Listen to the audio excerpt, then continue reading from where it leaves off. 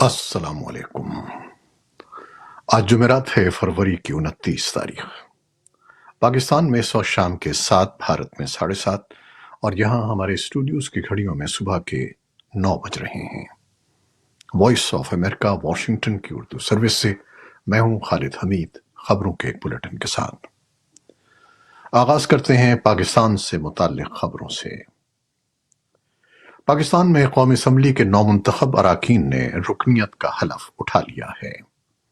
Speaker قومی assembly نے حلف لیا۔ سابق وزیر اعظم نواز شریف، سابق صدر آصف علی زرداری، شہباز شریف، بلاول بھٹو زرداری سمیت مسلم لیگ نون، پیپلز پارٹی، سنی اتحاد کونسل سمیت دیگر جماعتوں کے ارکان نے حلف اٹھایا۔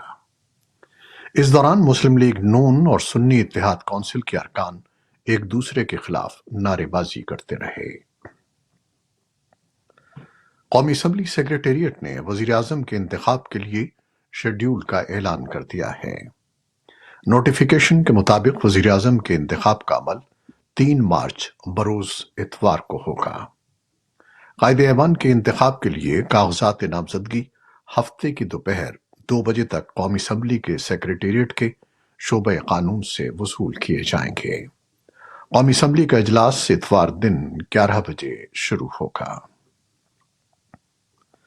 پاکستان تحریک انصاف کے چیئرمین بیرسٹر گوہر علی خان نے قومی اسمبلی کی رکنیت کا حلف لینے کے بعد ایوان میں خطاب کرتے ہوئے کہا کہ اس وقت قومی اسمبلی کا ایوان نامکمل ہے۔ تحریک انصاف کے حامی 23 امیدواروں کے ایوان میں موجود ہونے کی ضرورت ہے۔ قومی اسمبلی کا اجلاس اس وقت تک مؤخر کیا جائے جب تک آزاد ارکان ایوان میں نہ آ جائیں۔ بیرسٹر گوہر نے دعویٰ کیا کہ عوامی مینڈیٹ کے مطابق تحریک انصاف کے حامی کامیاب امیدواروں کی تعداد 186 ہے۔ اسپیکر سے درخواست ہے کہ وہ الیکشن کمیشن کے خلاف بھی رولنگ جاری کریں۔ جمعیت علماء اسلام فے کے سربراہ مولانا فضل الرحمان نے کہا ہے کہ ان کی جماعت قومی اسمبلی میں اسپیکر، ڈپٹی اسپیکر اور وزیر اعظم کے انتخاب کا بائیکاٹ کرے گی۔ نومنتخب ارکان کے حلف لینے کے لیے بلائے گئے قومی اسمبلی کے اجلاس میں شرکت کے بعد مولانا فضل الرحمان نے میڈیا سے بات کرتے ہوئے کہا کہ گزشتہ شب مسلم لیگ نون، پیپلز پارٹی، بلوچستان عوامی پارٹی اور استحکام پاکستان پارٹی کا وفد ملاقات کے لیے آیا تھا، جن سے اچھی گفتگو رہی، لیکن ہماری پالیسی ہے کہ ہم ووٹ نہیں دیں گے اور اپوزیشن میں بیٹھیں گے۔ محکمہ خارجہ کے ترجمان میتھیو ملر نے جمعرات کو بریفنگ میں کہا کہ پاکستان کی حکومت کے معیشت کے لیے طویل مدتی استحکام اہم ہے۔ ترجمان سے سوال کیا گیا تھا کہ امریکہ کا تحریک انصاف کے بانی عمران خان کے عالمی مالیاتی ادارے کو لکھے گئے خط میں IMF پروگرام کو ملک میں سیاسی استحکام سے منسلک کرنے پر کیا موقف ہے۔ سوال کے جواب میں محکمہ خارجہ کے ترجمان نے کہا کہ امریکہ قرضوں اور بین الاقوامی مالی امداد کے چکر سے آزاد ہونے کے لیے پاکستان کی کوششوں کی حمایت کرتا ہے۔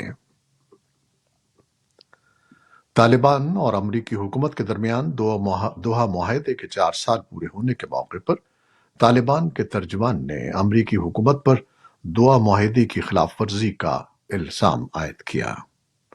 ترجمان ذبیح اللہ مجاہد نے RTA کے ساتھ ایک انٹرویو میں کہا کہ طالبان کی طویل جدوجہد نے امریکی حکومت کو مذاکرات کے لیے مجبور کیا۔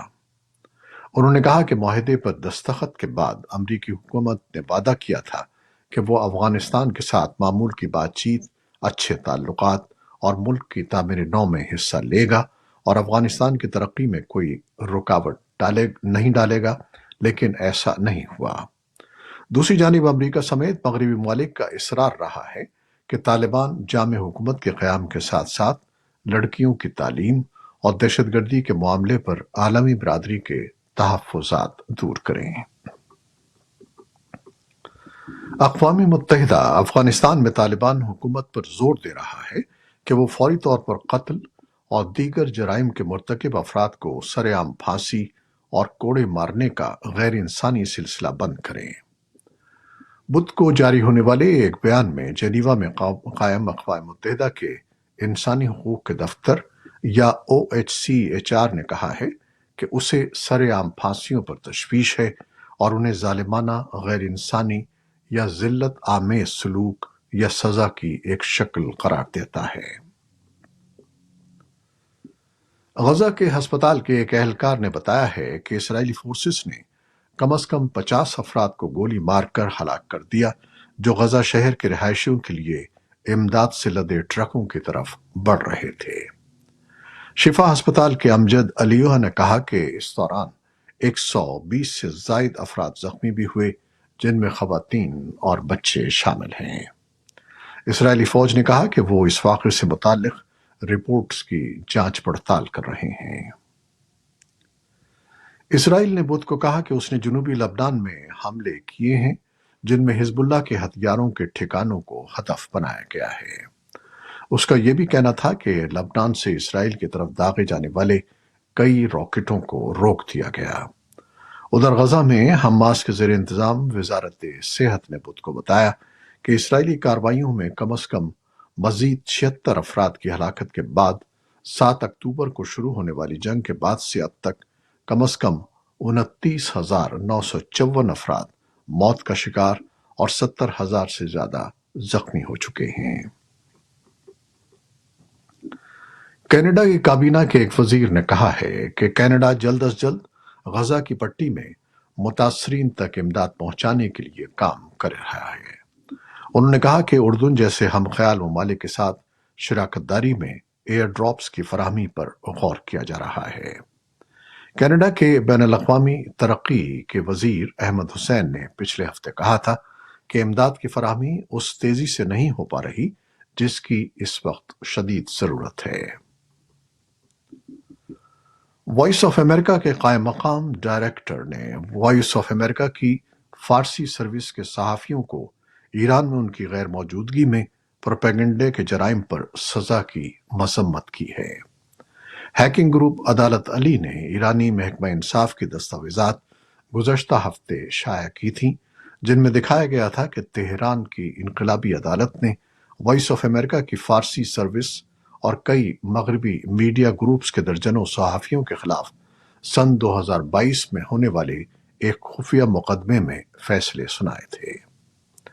وائس آف امریکہ کے قائم مقام ڈائریکٹر جان لپمن نے ایک بیان میں کہا کہ ایران کی طرف سے یہ اقدامات ایک ایسی حکومت سے تعلق رکھتے ہیں جو انسانی حقوق اور قانون کی حکمرانی کو اہمیت نہیں دیتی۔ نیو یارک میں ایران کے اقوام متحدہ کے مشن نے لیپمن کے بیان پر تبصرہ کرنے کی درخواست کا جواب نہیں دیا۔ امریکی صدر جو بائیڈن اور سابق صدر ڈونلڈ ٹرمپ دونوں آج جمعرات کو امریکی میکسیکو سرحد کا علیحدہ دورہ کر رہے ہیں۔ امکان ہے کہ نومبر میں ہونے والے صدارتی انتخابات میں بارڈر سیکیورٹی ایک اہم مہم کا مسئلہ ہوگی۔ واشنگٹن میں بارڈر سیکیورٹی قانون سازی کے مباحثوں کا مرکز رہی ہے کیونکہ بائیڈن انتظامیہ نے یوکرین اور اسرائیل کے لیے نئی فنڈنگ کے ساتھ سیکیورٹی پیکج پر زور دیا ہے۔ ریپبلکنز نے خاص طور پر ایوان نمائندگان میں بل میں سرحدی حفاظتی اقدامات کو شامل کرنے کی وکالت کی ہے۔ یوکرین کے صدر ولادیمیر زیلنسکی نے بدھ کو کہا کہ یورپ جن جنگوں سے نبرد آزما رہا ہے روس کے حملے ان کی یاد دلاتے ہیں۔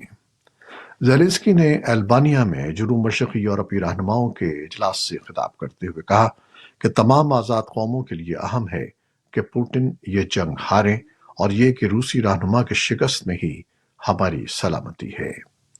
زیلنسکی نے بیلجیم کی طرف سے یوکرینی افواج کو اسلحے اور گولہ بارود کی فراہمی کے لیے شدید ضروری امداد کی تعریف کی۔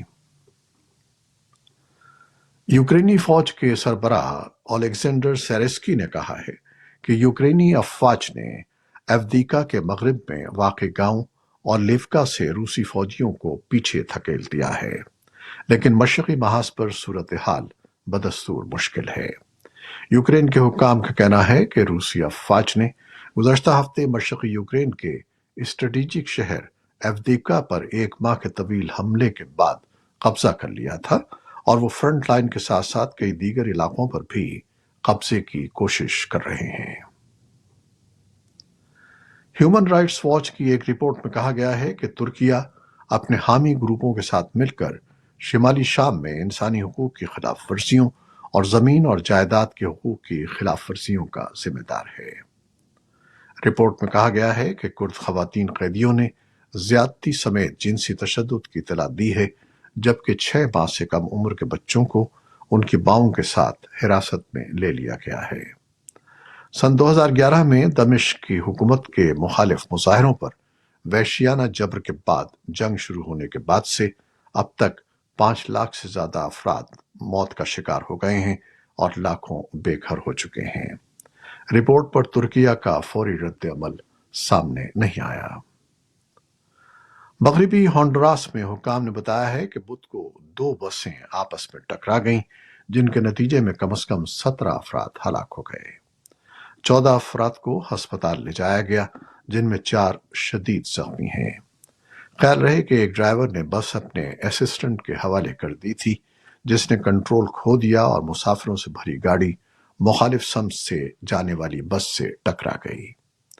یہ تھیں وہ خبریں جو فیس بک لائیو پر ہم نے آپ کے لیے پیش کی۔ ہماری ویب سائٹ، یوٹیوب اور پوڈ کاسٹ پر یہ بلیٹن آپ کے لیے پوسٹ کر دیا جاتا ہے۔ آپ ہمارے بلیٹن کو شیئر کرتے ہیں اور اپنے کمنٹس میں اپنی محبتوں کا اظہار کرتے ہیں، جس کے لیے ہم آپ کے بہت مشکور ہیں۔ اپنی ان کوششوں کو جاری رکھیے گا۔ نیوز پروڈیوسر عائزہ عرفان اور نیوز ایڈیٹر بہجت جیلانی کے ساتھ خالد حمید کو اجازت دیجیے گا۔ اللہ حافظ۔